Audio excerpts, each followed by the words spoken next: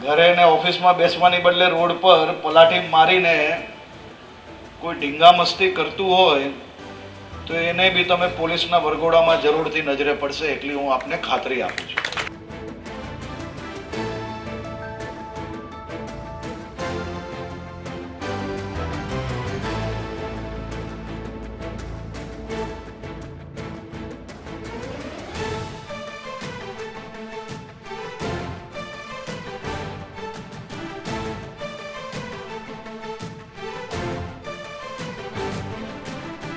રાજકોટમાં છેલ્લા કેટલાક દિવસથી લુખાઓનો આતંક છે તે ખૂબ જ વધ્યો હતો ને તેને લઈને પોલીસ પણ છે તે એક્શનમાં આવી છે.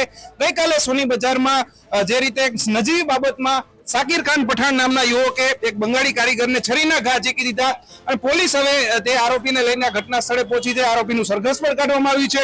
આરોપીની બરોબરની પોલીસ દ્વારા સરભરા પણ કરવામાં આવી હોય તેવા દ્રશ્યો છે તે સામે આવી રહ્યા છે. એડિશન પોલીસના પીઆઈ છે તે આપણી સાથે છે. સર, શું કહેશો? આરોપીને અત્યારે લઈ જવામાં આવી રહ્યો છે. રિકન્સ્ટ્રક્શન પંચનામું ચાલુ છે. એક જ મિનિટ. બિલકુલ જોઈ શકાય છે કે જે સ્થળે આ આરોપીએ કાલે આતંક મચાવ્યો હતો તે સ્થળે તે લંગડા પગે ને હાથ જોડતો પહોંચ્યો છે. બે દ્રશ્યો અલગ અલગ છે. 24 કલાકની અંદર આરોપીની શાન છે તે ઠેકાણે આવી છે.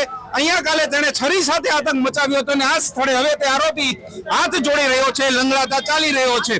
છેલ્લા કેટલાક સમયથી રાજકોટમાં લુખાઓનો આતંક જે રીતે વધ્યો છે તે રીતે પોલીસની કામગીરી પર પણ સવાલ ઉઠ્યા હતા. પોલીસની ધાક આરોપીઓમાં નથી તે વાત પર પણ સવાલ ઉઠ્યા હતા અને હવે તેને લઈને પોલીસ પણ એક્શનમાં આવી છે. થોડા દિવસ પહેલા જ ગૃહમંત્રી દ્વારા એક નિવેદન આપવામાં આવ્યું હતું કે લુખ્ખા તત્વોનો આ જ રીતે વરઘોડો નીકળશે અને તે જ રીતે પોલીસ દ્વારા કાર્યવાહી છે તે કરવામાં આવી રહી છે. આરોપી છે હાથ જોડતો આ સ્થળે પહોંચ્યો છે જ્યાં ગઈકાલે તેણે છરી સાથે આતંક મચાવ્યો હતો. નજીવી બાબતમાં એક યુવકને છે લોહી લુહાણ છે તે કરી નાખ્યો હતો અને હવે લાગી રહ્યું છે કે રાજકોટમાં પોલીસ છે તે પણ એક્શનમાં આવી છે અને હવે લુખ્ખા તત્વોની ખેર નથી રાજકોટમાં તેવા પણ દ્રશ્યો છે તે સર્જાયા છે.